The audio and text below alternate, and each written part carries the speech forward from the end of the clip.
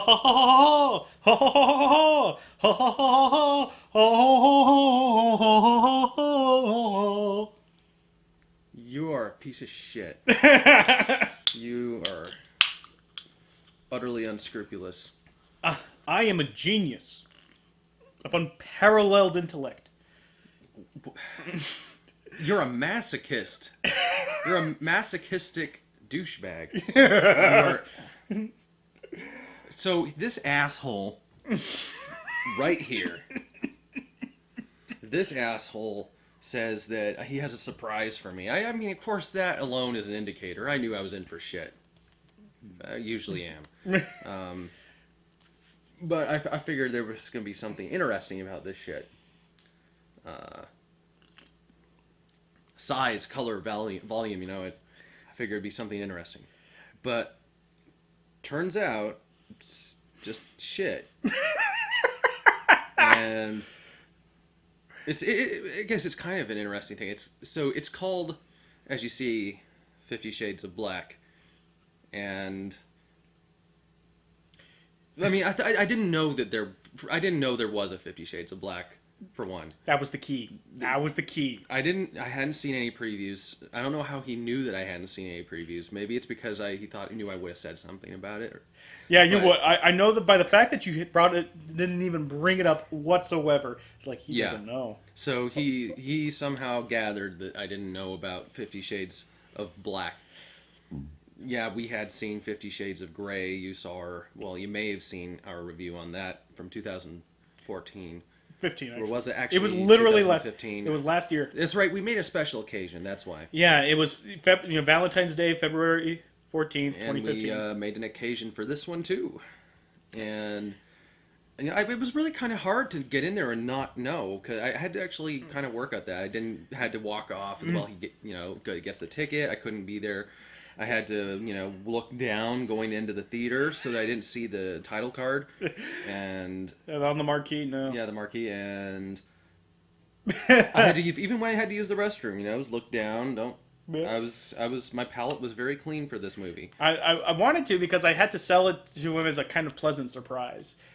So I said, this is going to be a completely surprise movie. And because the last time I tried to surprise you with a movie was Under the Skin, which I think we both bonded over. That was a much better surprise.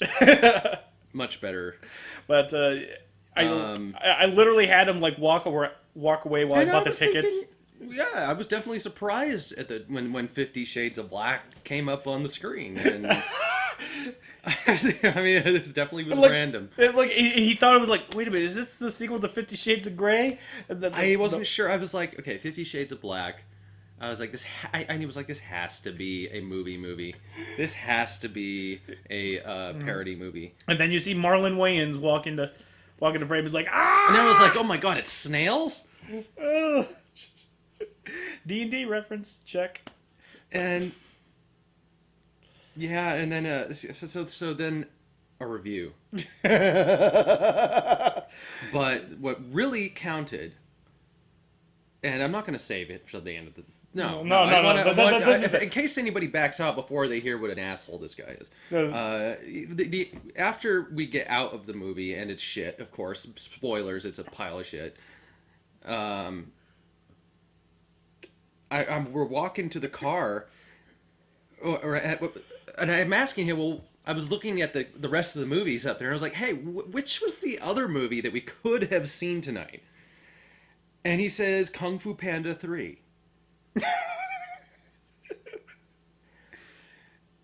I have to think for a second. Because I'm trying to figure out how that was a worse movie than this. And I, of course, realized very quickly it's not. And I'm like, well, oh, you fucker. You are such a douche. Your last review was fucking right. You are absolutely sadistic. You really would hurt yourself just to hurt another person. There was no way I would be able to make you watch 50 Shades of Black if you knew that we could also see Kung Fu Panda 3. No, I would not have gone into this. Let's be clear. I mean, I'm not a huge Kung Fu Panda fan. I mean, I thought they were, decent flicks. 1 and 2. They're not bad. I mean, I don't like pandas in general. I hate Pandarans on World of Warcraft. That's when I quit when I found out they were coming out. So, no, I have a history of not liking pandas, but I still would rather see Kung Fu Panda 3 than this shit. Even as the worst of the... If it's the worst of the three, I'd still see it better than this. Because I doubt there will be a part in Kung Fu Panda 3 where Po whips out his balls and saying, look, see, I didn't fuck you. See, look at my blue balls. Look at my blue balls. Yeah, there was a ball CG prop, whatever. I don't know what it was. It was a prosthetic. Yeah. It was just this... No, that was Marlon Wayans' actual balls. You know how long it took me to separate Marlon from Damon Wayans? Or Kevin Ivory Peel? No, what was it? God, one of the Wayans brothers has like this weird name, like Kevin Ivory Wayans. Yeah. That was his name, and he had a talk show once upon a time ago. I know, wellspring of useless information, especially when we're talking about the Wayans brothers. But yep, it's high time we finally got to see a movie, and it's it feels like 2005 or 6 again. I haven't seen one of those in a while. Yeah, of course they reference other movies because that's what you do in these. Yeah, because it's no one because even you can't stick with the one movie formula with these for too long, or else you run out of material. Apparently, they were running. 50 Shades didn't have enough material to make fun of. I mean, just talk. I wanted you to have the floor for a bit because I feel like this is the least you could do, isn't it? The very, very least. Well, I'll give you the honor of doing the rest. Okay, 50 Shades of Black is probably the most cringy comedy I've seen. And even coming out of Bad Grandpa, how I cringed through that movie, that is nothing. It took me seeing 50 Shades of Black to realize what a real, true cringe comedy is. Because everyone in this movie is just terrible. And they are just trying to sell some of the worst material in a while. I'll give them this. They did try to sell it. I mean, they tried to sell it. I mean, like, I don't know what's worse. Like, them saying that this is them trying to sell it or them just phoning it in. Because if they're trying to sell something like this, you might as well be trying to sell me the idea that the earth is flat. B.O.B. No, good on them trying. Bad on them for that's what you're aspiring to do. Like, you're putting all this earnest effort into Marlon Wayans whipping out his ball sack. It's been a while since I've seen gross out humor like this. It's been quite a while. Although the thing about this gross out humor is that it's so inconsistent. It's like they set up a joke where Marlon Wayans is, kissing down I don't know the actress's name, like the Anastasia Steele plays in, kissing down her gut, and then all of a sudden she has like this baby thumb sticking out of her gut that's supposed to be an outie. And then after they make that gross out humor, licking it and everything like that. Starting at any random place. Yes, because there's no God. So and he's licking it, and you're thinking, okay, gross out. This is towards the end of the movie, by the way. This is just how unchartable the plot is. Just a big. Yeah. Well, first of all, the plot is 50 Shades of Grey. Yeah. So beat for beat, it's the same movie with other movies thrown in here and there, just every once in a while. But the thing about this whole scene is that when he pushes her back, to get her on the gut, it's gone. I just right away it was gone. I was hey, well, is it an innie now? Is it just in there, out there? That's boom. how trash each joke was. That's how in and out each joke was. Yeah, in and out, get it? It was literally they just yank it out of next scene. They do the bit, and then there's not even a nice interlude. There's no good segue into it. It's just plain drop the beat, drop the entire joke.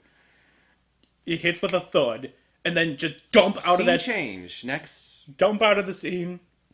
Moving on. Yeah, actors in new places. Complete change of scenery. I wondered if my opinion of this movie is affected by the fact that I have seen 50 Shades of Grey, and I would have still hated it, but there is a part of my head, one that I partitioned out from general civil discourse, that appreciates the fact that they bothered to watch the movie to riff on it in the first place. Oh yeah, and that's another thing is that time and time again they directly reference the book. And the movie. Directly reference the book and the movie. Like they refer to it as in like, oh God, they sure. What was the actress's name in 50 Shades? Dakota something rather. Dakota Fanning? No, not Dakota Fanning. That's not Dakota Fanning, but her name is Dakota something. But yeah, so she was nude way too much in the film. It was really gratuitous. Or directly putting the book up and reading from it, like in a torture scene. In a torture scene, they read from the book to torture her, and it's like you could have read that gag in your sleep. But that is actually weirdly admirable about this movie. In a movie where they had every license whatsoever to go for gross out nudity, the men get nude way more often in this movie than any woman at all. The only boob you ever see is a fake boob. I've seen more realistic looking fake boobs on Halle Berry during that movie. I was going to reference that. Yes, bringing out that old chestnut for this review. That's exactly what I was thinking when I saw that. I was like, that was the same one, wasn't it? Well, except they cleaned off the guacamole stains. Yeah. That was quite a movie, that movie 43. So that's something that comes to mind is movie 43 with the kind of shock humor, stupidity, grotesqueness. Yeah. It was very on par with that, except... But it doubles down on the racism. I'll say this was a funnier movie than movie 43. Yeah, it is. Whereas movie 43 was a more shocking movie. Movie 43 just makes you depressed watching it. And it had way more and larger stars. Oh God, yeah. So with the star power that the movie had, star failure that movie had, along with the more grotesque and shocking and less punchline-y stuff. It's shit to shit here, but this was still like a more solid movie. No, I can't say it's a... It's less entertaining because movie 43 was just complete balls of the wall shocking. Yeah, well, it's less... I would say, if you ask me point blankly if which movie I'd rather sit through, I'd rather sit through this. It's shorter. It's a clean 90 minutes. I'd sit through... I don't know. I mean, you have to think about it, which says volumes about this movie. The thing is that movie 43 was just... It was just like a landmark in bad. Yeah, that's bellwether. That's bellwether for bad movies. I'm pretty sure that it's the worst movie I've ever seen. I believe I said that in the review. In theaters. But no. Let's not renege on what you said. Oh, that's right. I did decide that it was better than Divergent. Yeah. Because at least it was shocking. At least you felt something. I certainly felt something. But, going off track here, 50 Shades of Black, as I was saying, is oddly, you would expect there would be way more nudity on the woman's part than there is. And credit for them to, show some restraint. I mean, she does get partially nude a lot. Yeah, but no more so than any PG-13 movie. Yeah, and then you see him in, you see Mr. Black in a Magic Mike scene. Oh yeah, apropos of nothing. She goes up to him, they start dancing. It's like, where'd you learn to dance like this? Like in a beach at Daytona or like Miami Beach or something. Flash cut to them just making a Magic Mike joke. It's not even really Magic Mike because it's just him being a male stripper. Like, the only way you would know that this is supposed to be a takeoff of Magic Mike is knowing this movie takes only from other movies. Yeah, because you could have just said as easily as like, oh, he used to be a male dancer. And then there was the hat. And that was about it. But there's nothing to say, like, there was no, Channing Tatum stand-in. There was no Matthew McConaughey stand-in. There's not even a freaking Diesel stand-in. I'm sorry. Kevin Nash. So, yeah. There's no Kevin Nash stand-in, although there is no replacement for Kevin Nash. That man can no-sell anyone's offense like no other person. Oh, did a stiff breeze hit me, or did HBK try to land a super kick? Yeah, we were watching something that was also pretty bad. But So they do a takeoff of Magic Mike, and the whole buildup is literally, like Marlon Wayans has a tiny dick and huge balls. Yeah. That's yeah. the punchline. Good on him for going full frontal. Well, wearing a piece though. I know. Yeah, like oh, and the big like every woman there laughs at his tiny dick. Okay, all right, whatever. You wasted my time with this bullshit, but that was a much better bit than like the freaking Weekend bit, Yeah. where Marlon Wayans' brother it looks like the Weekend for no reason, and he has sex with the Anesthesia Steele's Yeah. like just disgusting, almost Rebel Wilson. I think she was supposed to be like the ghetto version of Rebel Wilson. I think that's what they were going for. The one that I found the bit. Well, but go ahead. I don't mean to put a pin in that, but No. If you, I didn't know you had more. Go ahead. well, yeah, well the Weekend, his little brother starts fucking Rebel Wilson, trashier Rebel Wilson, and he pulls out, and apparently his dick goes all the way down to his ankle. Somehow. Oh yeah. Somehow. That's right. And then he starts dragging his dick around and getting into like food and such. We were sitting right next to an elderly couple, well, at least middle-aged, and like a few seats down from us, and the woman was just cackling like a nightmare at that. Oh yeah. She had never seen anything so funny as a man dragging like a yard-long dick across somebody's nice coffee table. And that was pretty much a low point because there was no reason for that guy to look like the Weeknd. Yeah. I wasn't even sure if it was supposed to be the Weeknd, but then he starts doing this falsetto singing. It's like, yeah, that's supposed to be the Weeknd. Like, this guy has like 2 top 10 hits in the last 3 years. That was some low-hanging fruit.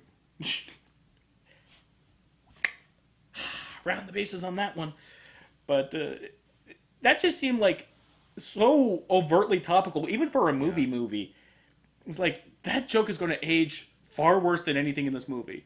I mean, it's based off 50 Shades of Grey, first and foremost. Yeah. I mean, this movie is going to age like shit no matter what. But in a movie predicated upon the existence of this flash-in-the-pan novelty movie that somehow made like $500 million because people needed to get their Twilight fix, and then comes this woman who just writes this trashy Harlequin romance novel fanfic of Twilight. It got so popular they did a fine research of every direct quote from the source material, changing Edward to Christian and such. That's led to this new movie franchise. Yeah. And like when you work back from the source material, it's like it is a parody of a movie from a fanfic of a movie Yes. of a book. Like, there is like Inception levels of like layers of shit we're going through in this movie. And it's bad enough that this is like, this isn't like Salzburg. It's a human centipede of a connection of a chain Yeah. leading to this, and I don't know. I think there just might be something else to squeeze out after this one. There might be. Like, if somebody wrote a fanfic of this would just somebody wrote it. Fanfic of this. I don't know how we do this. Like somebody writes a rock opera or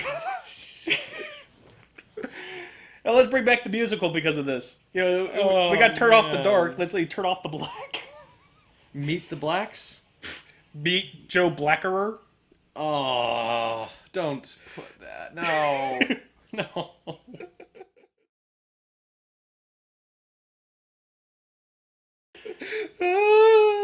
Come on, we got some more source material to riff on this. Come on, let's keep going, or as the well run dry. Or are you just that depressed? I think you are. I think you're done. You look so defeated right now. So the bit that I was talking about is the one that I would show Gavin, because it's they took from all the Whiplash scene. From all the things to take from, they took from Whiplash. And Florence Henderson is in this. Florence fucking Henderson. All the things. So Florence Henderson plays like the friend of the mother who basically sexually assaulted him in the original. Yeah, and there's a lot of stupid racist jokes in this. Yeah. racial stereotype humor. It's Yeah, in the 50 Shades of Grey canon, Christian was apparently led down the path of Psalm and dub and whatnot by friend of a mother who dominated him. So what they do? So what did they decide to do with this setup here? Is that Florence Henderson plays that character, right from that character, but she's trying to teach Marlon Wayans how to fuck using like, am I going fast? Or am I off tempo? And start slapping the shit out of him. Oh god, yes. Am I speeding or am I dragging? You know? And they're playing, of course, you know, the whiplash drums, drum sequence, jazz. Like, that is all kinds of terrible in so many ways. Yeah. It really is. On one, like, and he has the like eraser head throw. Oh yeah, because he's 16. So according to the movie's canon, we're watching a sex scene with a 16-year-old and a 70-year-old woman. Yeah. Who's black and calling her black. It's just slapping the shit out of him. Yeah. This is really, really uncomfortable. Yeah, it really was. Like Florence Henderson basically calling him a nigger. Just like bam, bam, bam. Ah! It's one of those, like, we described the last movie as one of those movies where you have to laugh because you have no other outlet for the emotions the movie is inciting in you. You know, I just thought of what the most awkward, I think, part of the movie probably was, and that was the no condom scene. Remember that? Oh, yeah, the no condom scene where they just kept going and going and going, and so there's a scene where he doesn't have a condom. She's like, "Oh, you have a condom back there, right?" He's like, "Yeah, I got a condom." He starts looking for. He takes out his wallet. "Oh, good thing I got my wallet with my 1983 condom." He's like, "Oh no, that ain't gonna work." He's like, "Yeah, sure, I got a condom." You know, makes sound effects of like putting a condom on. He's a lot better at it than me. I'll give it. That was his. He was very good at that. And that alone. And so he starts plowing into her, and apparently the movie's thing is that he can only last like a couple seconds. Like like a 2-pump chump. Yeah. And that and being baby dick, man. Like Marlon Wayans, just like I remember him going on an interview with Trevor Noah over this, and he was saying like Trevor was just talking about like how he got into shape for this movie. It's like you're willing to like sculpt your body for this shitty comedy where you play like a 2-pump chump who gets the shit slapped out of you. He was talking about getting cut for this? Yeah. Ah. Oh, that's really desperate. I'm sorry, man. Now I feel bad, kind of. Like, just... You poor man. I feel like Xavier, you know, seeing the life of Logan, like in the Days of Future Past. You poor man. Oh, I don't want back in that head. But so he's back there and he's like, "Oh God, you know, I'm gonna come in." She's like, "Oh, it's like good thing you have a condom on, because you know I'm not on birth control." He's like, "Oh God," and she's like, "Also I'm ovulating. Oh God." And my family has a history of twins. It has a history of twins. Oh God. Quintuplets and everything. Oh God. Sextuplets. And out of nowhere, he just pulls out a packet of morning after pills. And then he has morning after pills. He's like, "Good thing I got these." Like, you don't have a condom with you, but you have morning after pills? What the fuck? It's like, here. And he doesn't even tell her that it's... That is that. He's like, here, have a, would you like a mint? They're like, here, crush it up, do this, yeah. Yeah, that was... I want to say the low point of the movie, but that was definitely a hard set. That was really awkward. Yeah. The whipping scene where where like he has a line of belts and they're all apparently named after like famous whipping scenes, like, you know, there's Django Unchained and he's like, "No, not good enough." Moving on to 12 Years a Slave, not good enough. And then all of a sudden Joe Jackson right there. It's like, "You in business, you go for Joe Jackson." So like just tighten it up.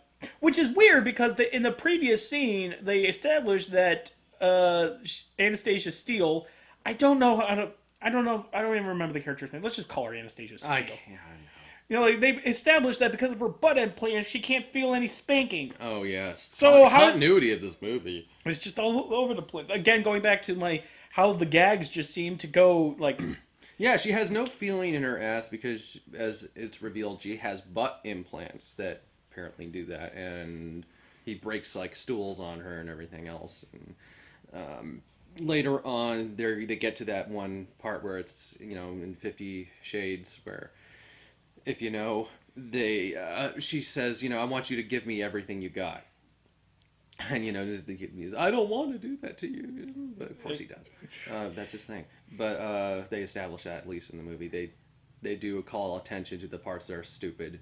So if that's enough for you to enjoy the movie, then... Yeah. But, so he does.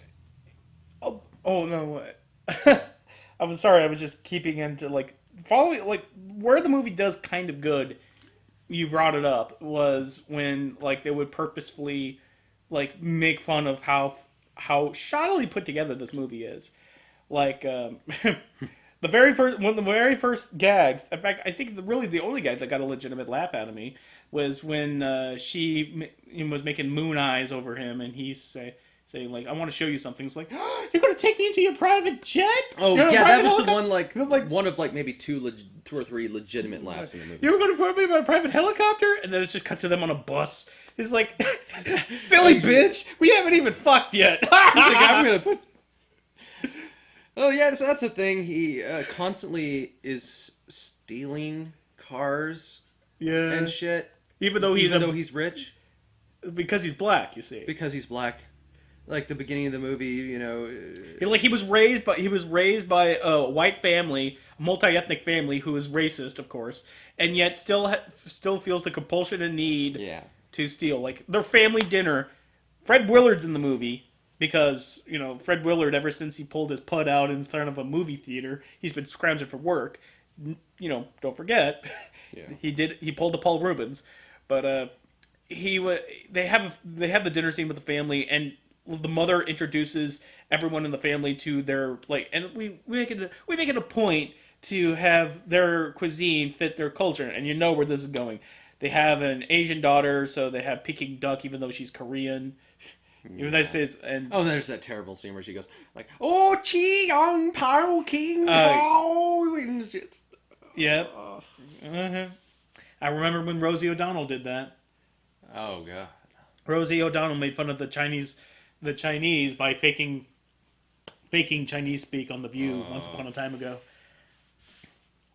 Yeah, I'm just a repository of all useless information tonight. But where I was going way back then was that he was, the continuity thing. He was whipping her in that one infamous scene, and she feels every single hit really, really bad. Even though they established very, very in a very long bit just how she couldn't feel anything back there because of her butt implants. So they didn't link anything together very well. It was just complete dumping of these scenes. Yeah. And I wish that they kept that line. They kept that line going of just making fun of the movie, because when they stuck to that, it didn't work, but it worked way better when they went off. Yeah.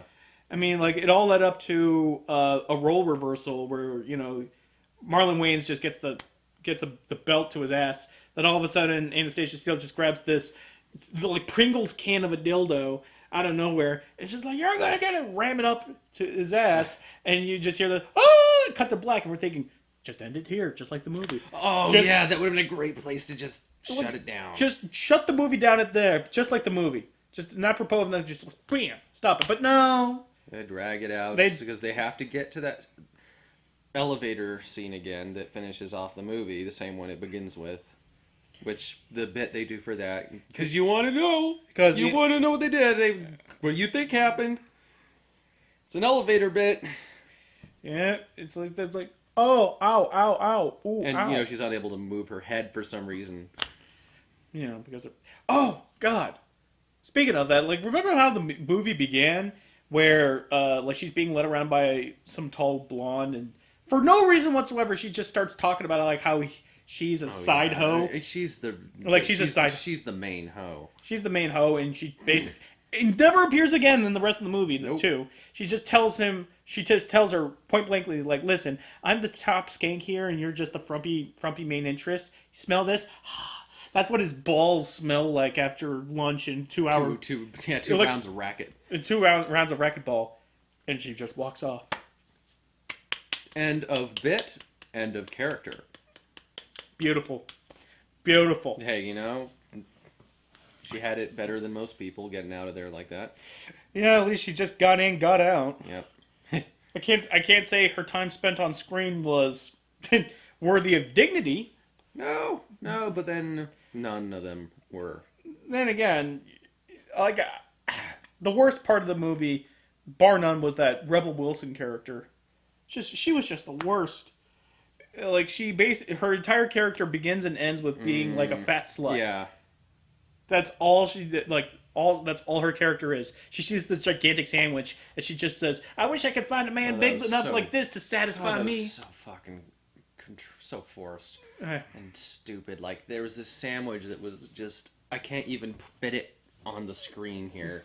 It was huge, and it was big, and it looked very fake. And I think that she likes plastic sandwiches, and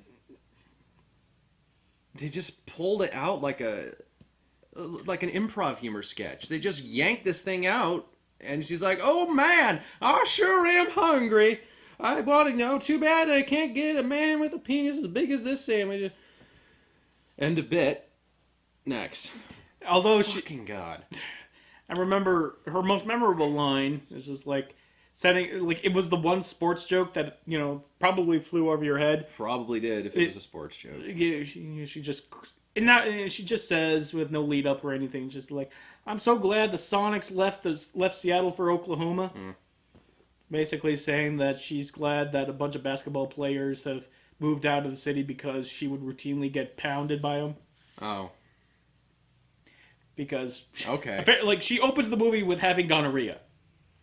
Yeah. It's like, thank you.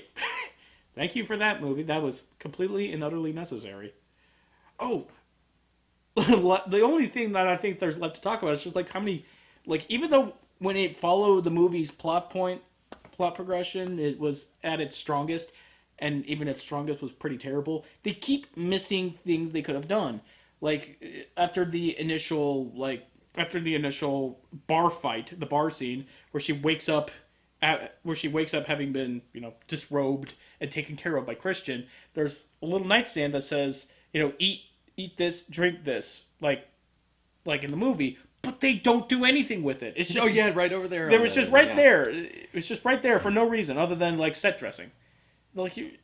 We can't make a joke about that, even though we can't make a joke about how contrived that is in the original movie, because we need to fit in Marlon Wayne's prosthetic balls. Let's see how massive they are. They're just going to take up so much time, and we gotta prioritize. It was a stupid fucking idea in the first place, and they still didn't yoke it to all that it had. No. I'm sure there are more examples of how this movie just fucks up the very, very simple procedure of making fun of 50 Shades of Grey. Come on. I'm not saying that I'm not saying that anyone could have made this movie, but anyone could have made this movie better. The factor is better. At least with the competency, you could just kind of like just be in awe of its audacity. But here, it just feels like trying way too hard, and it's you know what it is? It's like that guy who goes up to the plate and he swings for the fences every single time. The ball could be in the dirt, and he's just like, no! And the one time he makes contact, he gets a single. Because it makes it the first, and he acts like he just, you know, hit a grand slam. Mm-hmm. That's this movie as far as jokes are concerned. There you go. So would you recommend this movie?